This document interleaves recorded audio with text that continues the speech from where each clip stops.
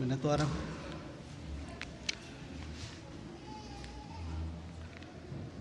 distinguished guests, representatives of oppressed nations, respected intellectuals, political activists, my mothers, sisters, and the members of the Baluch National Movement. Today, we have not gathered here merely to remember the life of one individual.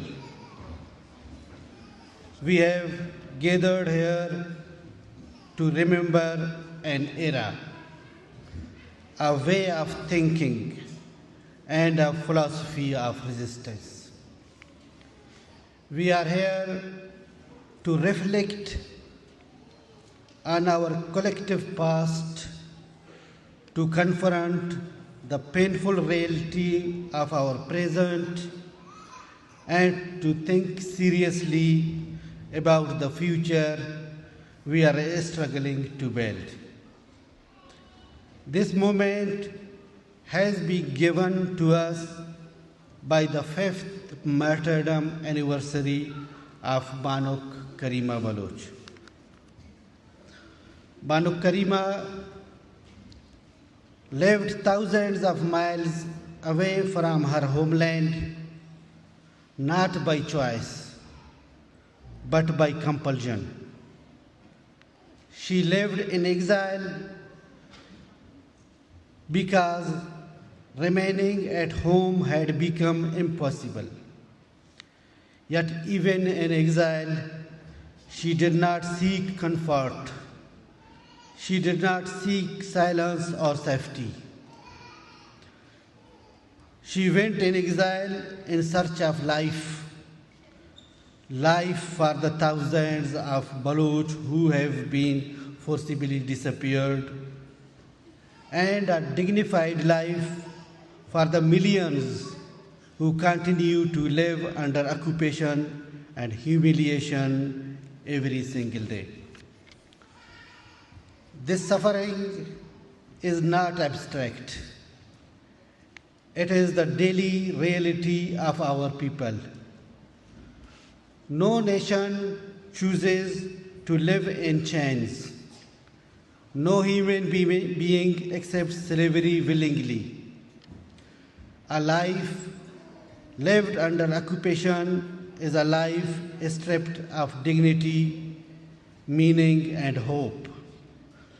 And it remains so until freedom is achieved.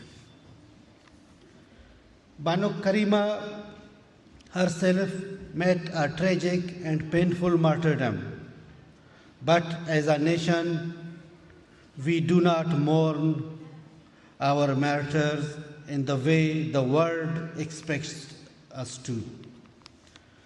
We draw strength from them. This too was Banuk Karima's belief. Despite carrying immense grief, she never allowed sorrow to paralyze her. She did not retreat. She did not surrender. She turned pain into resistance and loss into resolve. Today, we stand on her anniversary, yet we must be clear. This is not a day only of grief. It is a day of political reflection. Banuk Karima was not merely a person whose life ended tragically. She was a conscious political act. Her life and her death exposed the reality of state oppression and the denial of nations. Her martyrdom took place in what the world calls the civilized West. 5 years have passed, yet the truth behind her killing remains hidden. In the same civilized world, the body of our friend, journalist, and researcher Sajid Hussain was found, and once again, justice has not been delivered. So today, in the presence of representatives of oppressed and subjugated nations, I ask a simple but serious question to the conscience of the West. If occupation in Ukraine is a crime, if oppression is in Palestine is condemned, then what law in occupation in Balochistan, Sindh, Pashtunkhwa, and Kashmir is considered acceptable? Are human rights limited by geography? Or has Pakistan been granted a special exemption from moral and legal accountability? Bano Karima Baloch had clarity of vision. She understood that although the suffering of Baloch, Sindhi and Pashtuns and also Kashmiri people may appear different on the surface, their root cause is the same. At the center of this suffering stands a Punjabi-dominated military state that calls itself Pakistan. This state does not merely occupy land, it occupies everything. It occupies our history, it occupies our language, it occupies our resources, it occupies our political authority. Even our beliefs are not free.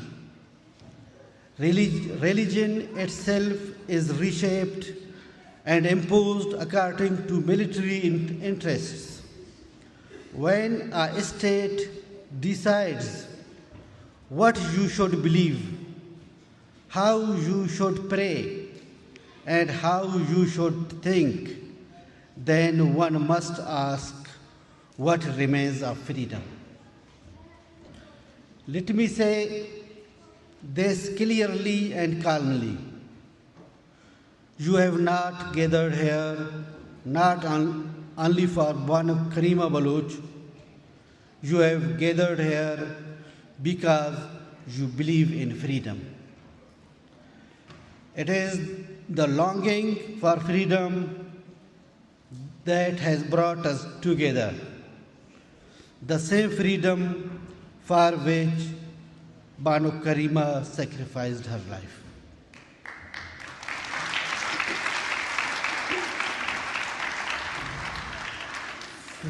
Freedom is not an extremist idea.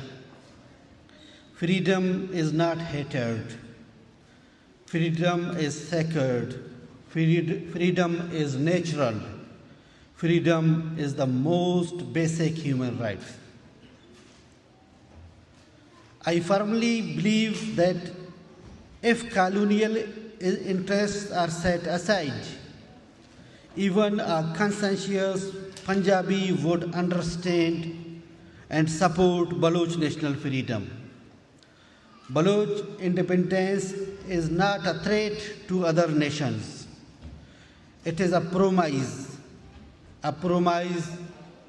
that the age of occupation can end. Bano Karima used to remind us that as long as oppressed nations view their struggles as isolated, the colonial state will continue to benefit. Pakistan survives by dividing our pain, by isolating our resistance, and by turning our suffering into separate stories. We must not allow this to continue. We must become each other's strength. This does not require a formal alliance or a written agreement. It requires empathy. It requires recognizing that the suffering of one nation is the suffering of all. When empathy becomes shared, struggles unite. And when struggles unite, occupation weakens.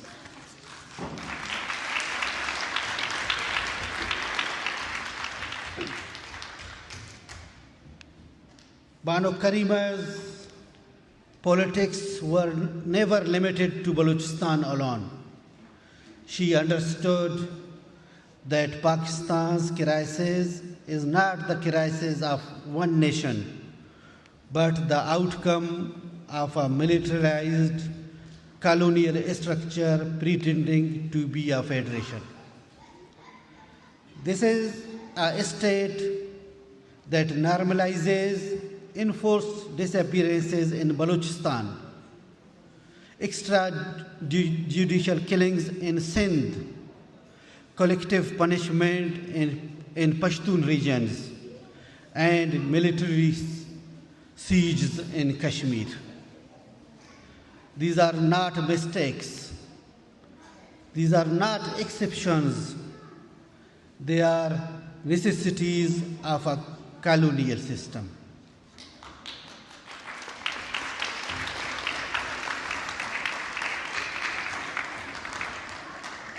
To understand this, we must first understand who we are. We are nations, not minorities. And what we face is not misgovernance, it is occupation.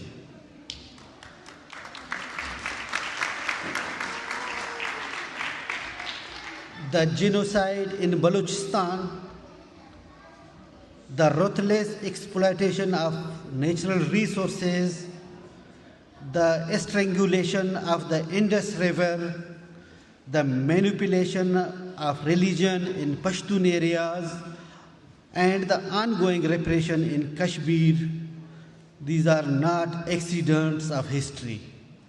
They are deliberate policies.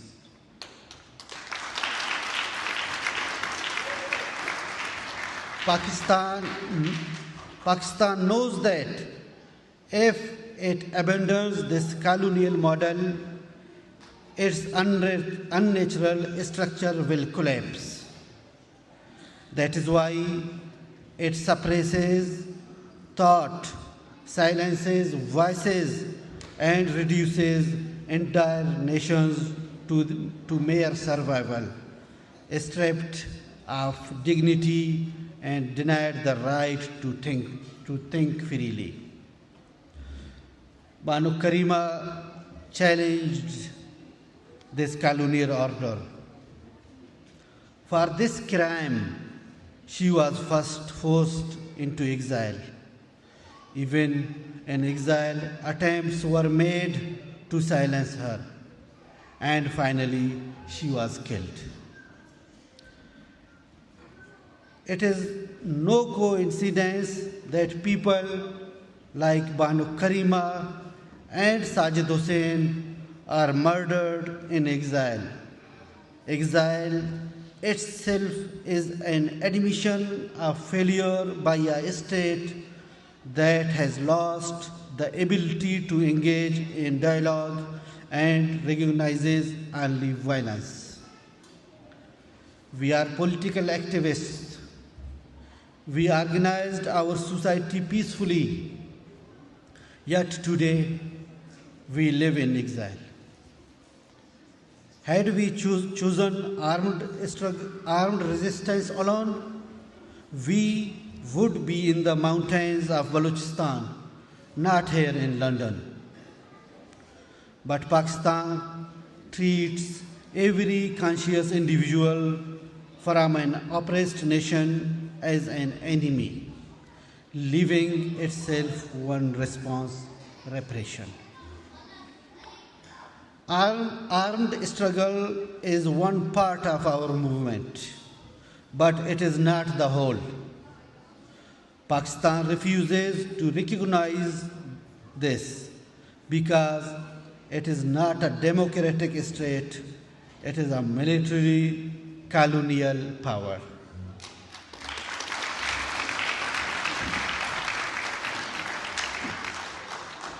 Standing here today, we must say clearly, Banu Karima Baloch's politics were not rooted in hatred. They were rooted in dignity. They envisioned a future where Baloch, Sindhi, Pashtuns, and Kashmiri peoples decide their own destiny on their own lands. Her message was simple and profound. True democracy cannot exist under the shadow of a gun.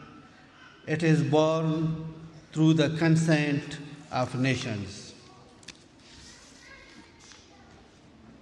This anniversary reminds us that this struggle does not belong to one generation alone. It is a historical responsibility. And today, the Baloch National Movement reaffirms its position. Until Pakistan's colonial structure is dismantled, until oppressed nations achieve freedom, peace in the region will remain an illusion. Banu Karima lives on, not only in memory, but in every act of resistance, in every voice raised for dignity, and in every young woman who refuses to bow.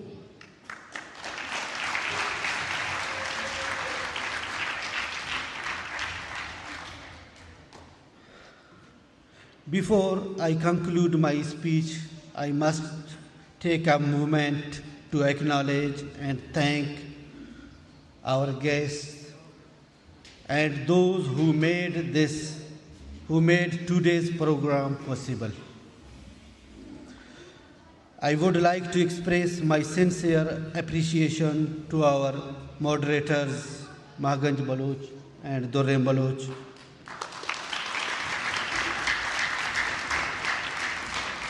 for conducting this program with confidence, dignity, and a strong sense of responsibility. I also extend my heartfelt thanks to the members of the BNM UK chapter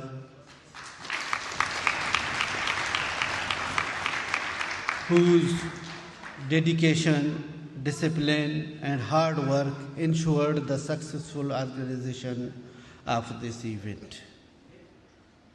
Finally, I wish to thank our Baloch women and girls whose participation and tribute gave this gathering its true spirit and meaning.